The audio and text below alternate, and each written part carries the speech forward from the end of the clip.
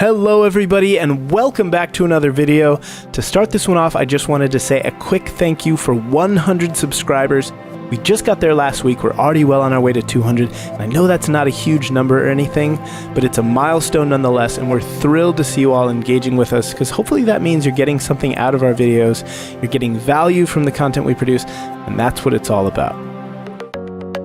Today's video is about baby sign language basics, and we're going to teach you our 7 favorite baby signs that we've been using with Xander, the reasons why we chose baby sign language as a communication tool, and the techniques we've used to get him learning more quickly. For us, it all started way back in the early days, before Xander had said his first word. I'd gotten this notion in my head, and I don't know why I would have thought this or where the idea came from, because it seems pretty dumb to think back on it now, maybe because I had never raised a child before. But for whatever reason, I thought that once he had spoken his first word, it would be off to the races and he'd be learning new words left and right, stringing them together to form sentences. In other words, I assumed that language development would happen much faster than it actually did. And for any of you who might have had a similar thought, just know that there is a gap there between when your child learns that first word and then learns a couple more words and a few more and so forth. Each word is its own process at first. Because the thing is, not only is your child learning the meaning of each of these new words, they're also developing the ability to produce the phonemes, right, the mouth sounds that form those words. So alongside their understanding of meaning, they're learning to physically make the movements that are required to produce our verbal alphabet. So the reason I point this out, and the main reason that I wanted to make this video, and that I strongly suggest that you teach your baby sign language, is that babies will begin to understand some of what you say long before they're able to respond to it verbally. So the reasoning behind teaching them sign language is that it fills that time gap, right, between being able to understand your speech and being able to produce their own verbal response to it.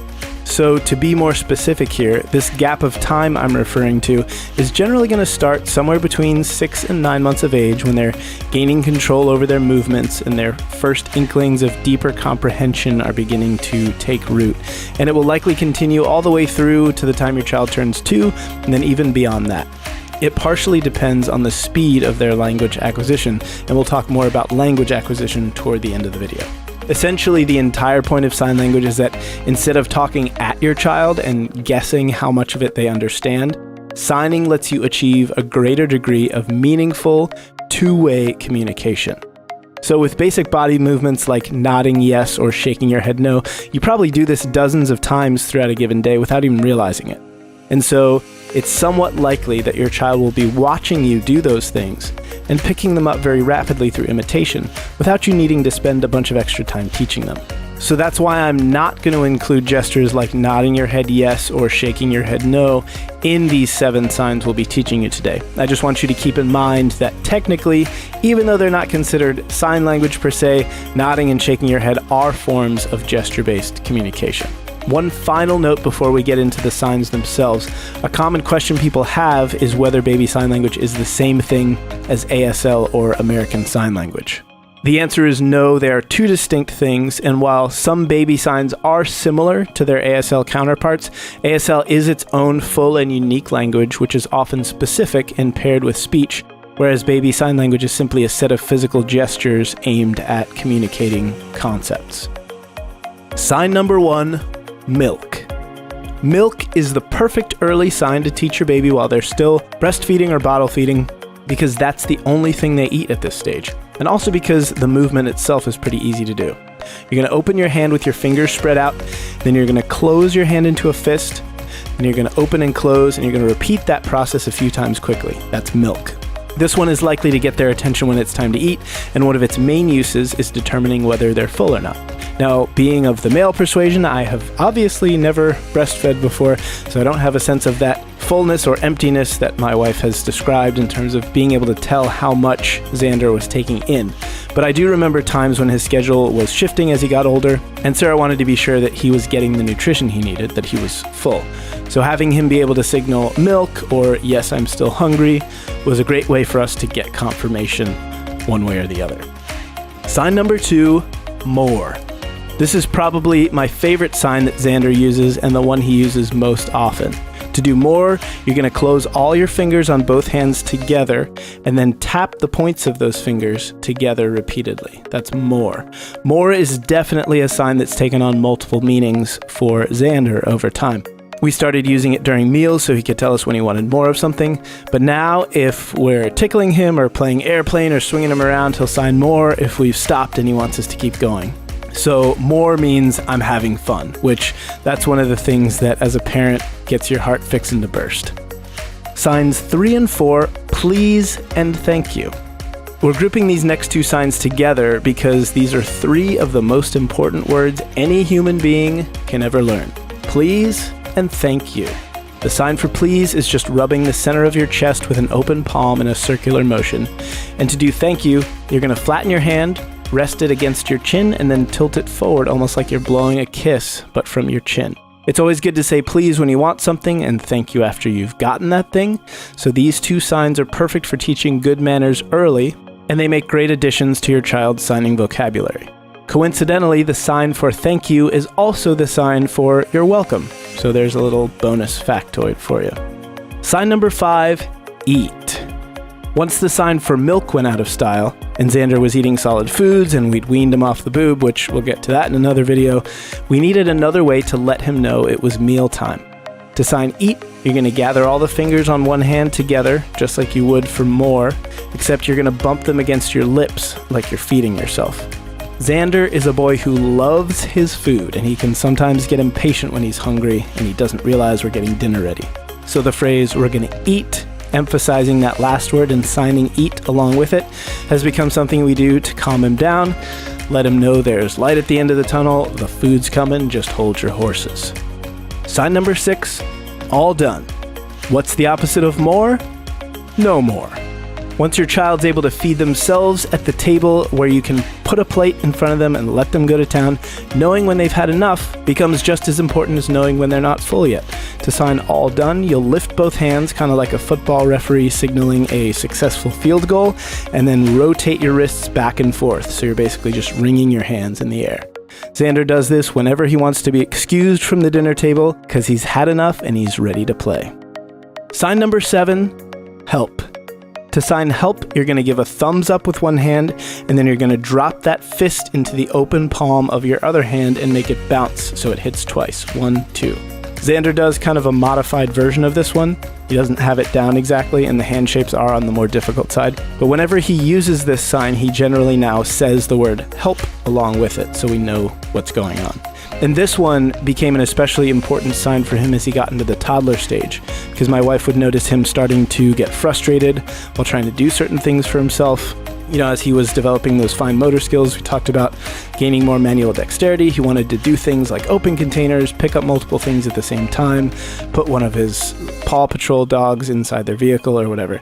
So in order to teach him how to ask for help, we use this sign as a sort of anti-frustration measure. So he's able to quickly tell us, there's something I want to do, but I can't do it. And this kind of puts him in the mindset of realizing when something's too much for him. We all know people who are way too independent to ask for help when they need it. You might even be one of those people. But you know, it's never a bad thing to ask for help. So just like teaching him good manners from a young age, we thought that teaching him to ask for help was something that would be good to get him in the habit of as early as possible. Teaching techniques. Now that we've gone through the 7 signs, let's cover our teaching methods. My wife is a teacher by trade, and so she knows a lot more about teaching than I do. But for basic, simple concepts like this, it really boils down to just 2 things: repetition and emphasis. When we say a word whose sign we are learning, we emphasize that word. We repeat that word or a phrase containing that word 2 or 3 times at least, and we perform the sign as we are saying the word each time. We also encourage Xander to use his signs for things in the same way you might ask an older child to use their words. If he wants more, we ask him to say please by giving us the sign for please.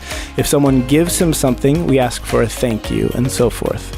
So it's really just about being cognizant of what you're in the process of teaching, remembering to reinforce it through repetition, and remembering to use that situation or that scenario often. Now, earlier in the video, we mentioned language acquisition, and I do want to touch on this briefly, but it's a topic I'd like to research a bit more and dedicate an entire video to, so I'll just hit the key points here as it relates to sign language specifically. You might be wondering whether sign language will have an effect on how quickly your child learns to speak. Well, actually, studies have shown that teaching your baby sign language has little to no effect, good or bad, on language acquisition. I was surprised when I read that because I figured that it would be helpful in that sense. But what it does do are a couple of key things. It decreases frustration, it strengthens the pathways of communication between parents and children, and it generally results in higher levels of confidence. When your child can express what they need to express and be recognized and understood and validated, that's an all-around benefit, and to me, a huge positive. Now, as you begin to teach these signs, keep in mind that every child is different, and so I don't want you to be worried if it seems like your baby isn't picking things up as quickly as you might have hoped. The last thing we should be doing as parents, especially for kids at this age, is setting a high bar for their learning, or even worse, pitting our kids against our friends' kids or the other kids in the neighborhood or at daycare at school when it comes to their growth and development. Your only expectation of your child should be that there is no expectation.